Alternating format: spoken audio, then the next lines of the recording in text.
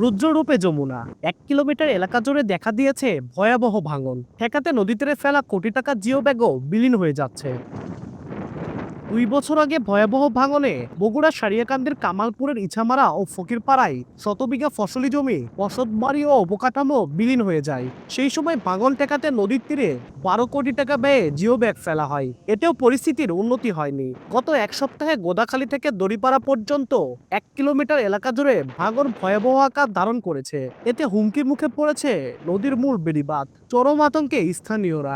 একদিনে ওখানে না হলো 2 বিঘা জমি একদিনে ভাঙছে, মানে খালি হোমমুতকে দেবে আছে গা। ভাঙ্গনির কারণে পশু পাখি হোক, সাধারণ মানুষ হোক, এদের যে মানে অমানবিক জীবন যাপন করে এরা। কাজটা করে তাহলে আমরা বাইছিলাম নি। পানি উন্নয়ন বোর্ড বলছে বেড়িবাঁধ থেকে ভাঙন দূরত্ব মাত্র 300 মিটার।